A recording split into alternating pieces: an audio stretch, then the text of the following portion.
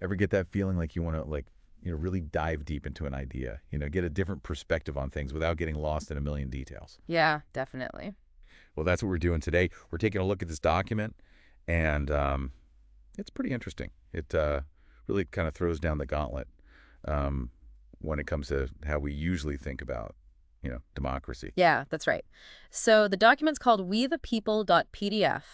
It's dated April 2nd, 2025, and, well, it's not exactly singing democracy's praises. Yeah, more like taking it to task. Yeah, it's definitely got a more critical take. It's questioning like the whole basis of democracy and, what impact it's having. Yeah, exactly.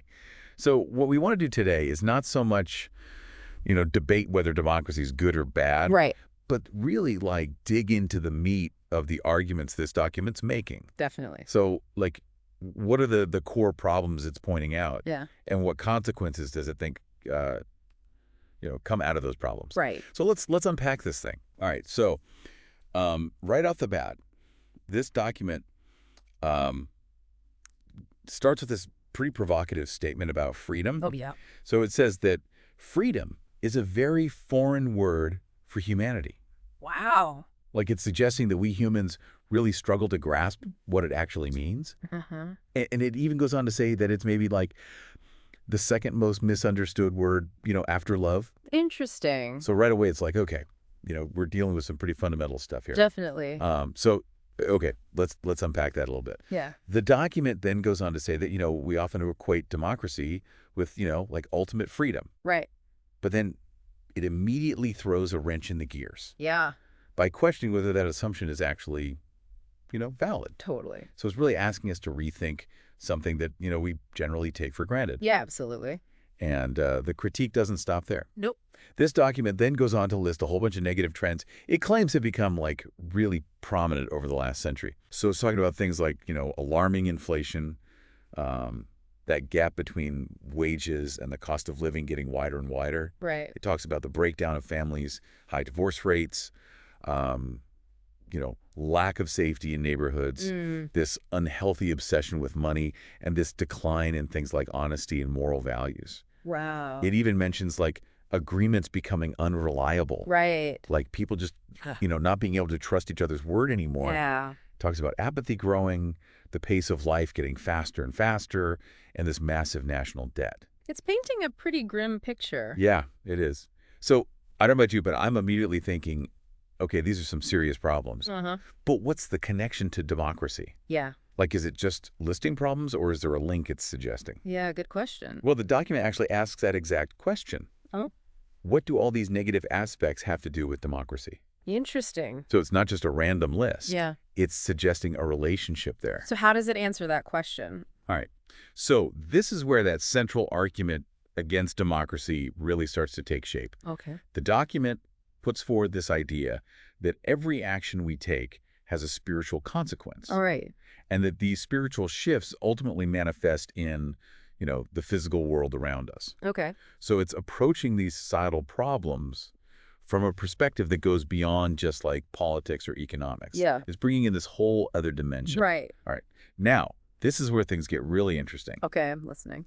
The document lays out 10 specific reasons why it believes democracy actually goes against the whole we the people idea. 10 reasons. Wow. Yeah. And the first one's pretty blunt. It just says, in reality, we decide nothing in democracy. That's pretty straightforward. Yeah. So what's the reasoning behind that? Well, the document goes on to say that elected officials are, heavily influenced by big money lobbyist influence. Okay. So the argument here is that the agendas of, powerful financial groups often overshadow the actual will of the people. Right. So it's even though we vote, the real decisions are being made somewhere else entirely. Exactly. Okay. So Yeah. that's point number one.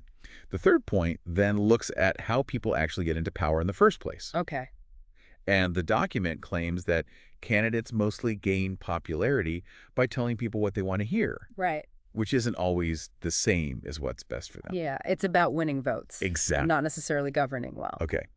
So point number 4 follows on from that, and it highlights this real lack of accountability for elected officials, Yeah. after they win. Yeah. So the document argues that once they're in office, there's not really strong mechanisms to make sure they actually follow through on their promises Right. or actually represent the people who voted for them. Mm-hmm. And point number 5 builds on this lack of accountability and points out that the only real tool the average person has is to wait for the next election, Yeah. which could be 4 years down the line. Right. And in the meantime, what do you do? Exactly. So it suggests that, people end up feeling powerless, Yeah. even if they're unhappy with their representatives. It makes sense. Okay. So point number 6 then delves into the very act of, delegating power. Okay. And the document argues that by handing over authority to these elected officials, we're essentially losing our own power and control over our lives. Mm-hmm. So it frames it as this direct trade-off. Right. Like the more power we give to others, the less we have ourselves. Mm-hmm. Okay.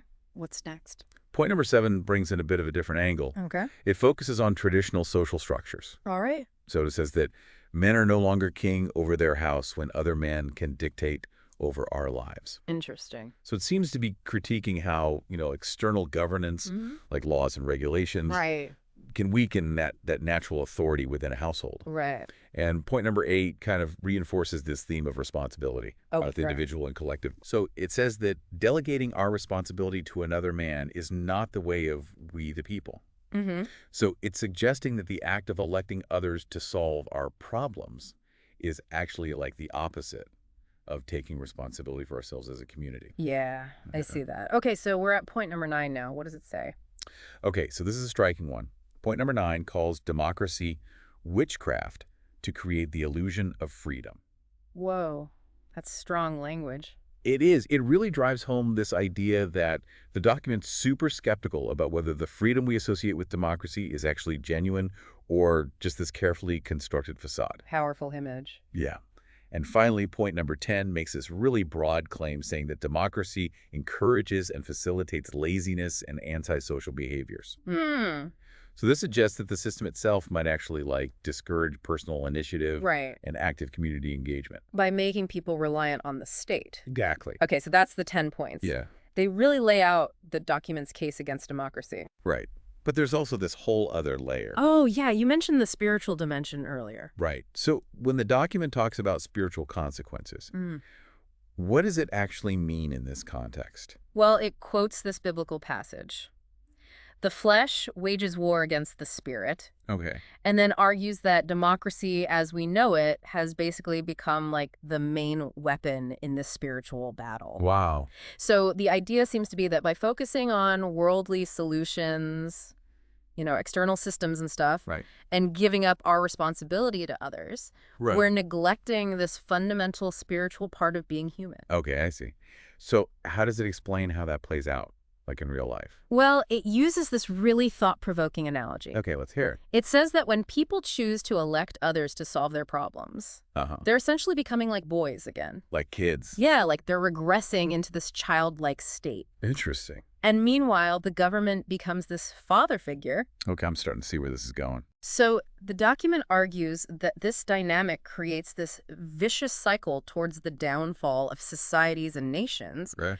by making people dependent and stopping them from growing as individuals. Mm-hmm. So it's not just a political critique. Nope. It's tied to this whole idea of spiritual development. Okay, I get it. Huh. So is there anything else the document uses to illustrate this point? Yeah, it also draws this analogy from nature Okay. about balance in an ecosystem. Right. So it talks about what happens if you remove snakes from a jungle. Okay. Well, you get this huge rodent infestation Yeah. because the snakes aren't there to keep them in check. Yeah. So the point is that everything, even social structures and forms of government, have this natural order, Okay. like a divinely ordained balance. Mhm. And when we mess with that order, there are consequences. Okay. So where does a democracy fit into that analogy? Well, the document specifically says that God put man as the head of the household. And that democracy, by letting men delegate their authority to, figures outside the family, Yeah.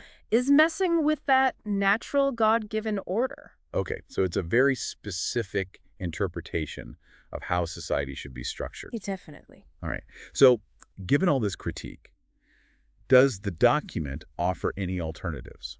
Well, it starts by talking about this feeling a lot of people have when they vote. Like they're choosing the lesser of two evils. Exactly. Yeah.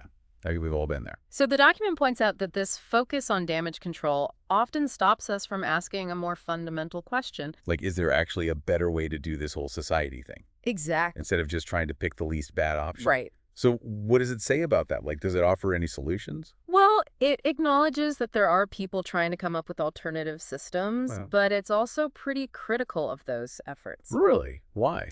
Well, it suggests that a lot of them still end up relying on control and force, Oh, I see. which the document sees as fundamentally flawed. Okay. Like, it goes against the idea of a truly free and responsible society. Mm-hmm. So does it have any concrete alternatives then? Well, it mentions this blog post called The Government of Church. Interesting title. Yeah. It definitely hints at a model where religious institutions would play a much bigger role in how societies run. Yeah, it makes you wonder about the whole separation of church and state thing. Totally. All right, so where does the document go from there? Well, it leads into what it presents as the real alternative, the way of God's kingdom. Okay. So what does that look like according to the document? It says that the true we the people government involves first seeking the kingdom of God and his righteousness. All right, so what does that mean practically? Like, how would a society actually function based on that principle? It describes it as this grassroots form of community Okay. where neighbors come together voluntarily to support and care for each other. Mm-hmm. So they'd be like providers and protectors without any need for top-down control or force. So it's like this vision of a society built on mutual responsibility. Exactly. Shared faith and, just people cooperating willingly. Okay. I gotta say, my first thought is that this sounds kind of utopian, Yeah. like maybe even a little simplistic. Yeah, I can see that. Does the document address that at all? It does. It actually acknowledges that this way of God might seem simplistic, Okay. but it argues that the problem isn't with the model itself. Okay. It says it's more about a lack of faith, Uh-huh. spiritual maturity, Okay. a real understanding of these principles, and just, the perseverance to actually put them into practice. Mm-hmm. And then it goes on to say that democracy actually makes it harder to develop those very qualities. Really? Yeah. Because it encourages us to delegate our responsibility and rely on external authority. So it's like a self-perpetuating cycle. Exactly. All right. So does the document talk about anything else? Yeah, one more thing. It actually addresses this whole question of order and structure within this, Kingdom of God framework. Mm-hmm. So it makes this point that having organization and structures in place isn't necessarily at odds with being led by the Spirit or following divine guidance. Interesting. Yeah. In fact, it actually criticizes people within faith communities for accepting worldly forms of organization, but then resisting structure within their own spiritual lives. Okay, that's an interesting point. Yeah. And then finally, it mentions this other blog post that takes a step back and questions the whole traditional life path. Education, career, family, the whole 9 yards. Exactly. It's like it's prompting us to think about this deeper search for meaning and purpose. That might go beyond those conventional milestones. Right. Okay, so to wrap things up, this WeThePeople.pdf document is really presenting a pretty radical challenge to how we think about democracy. Yeah, for sure. It argues that what we see as this, pinnacle of freedom has actually contributed to all these negative trends, Right. and that it clashes with this more natural, spiritually grounded, and community-focused way of life. Definitely. It's a whole different perspective. So I don't know about you, but this deep dive has definitely given me a lot to think about. Me too. It really pushes you to question some of those fundamental assumptions about how society works and what it's all based on. And it leaves us with this question. Could the problems we see in our political and social systems come from a fundamental misunderstanding of what freedom really means, Right. what our responsibilities are, Yeah. and, the true essence of community? It's a big question. Yeah. And that's exactly what this document is trying to get us to explore through this idea of the way of God's kingdom. Definitely something to ponder. It definitely is. So thanks for joining us on this deep dive, folks. Thanks for having me. And keep those wheels turning. There's a lot to unpack here. Absolutely. We'll see you next time. See ya.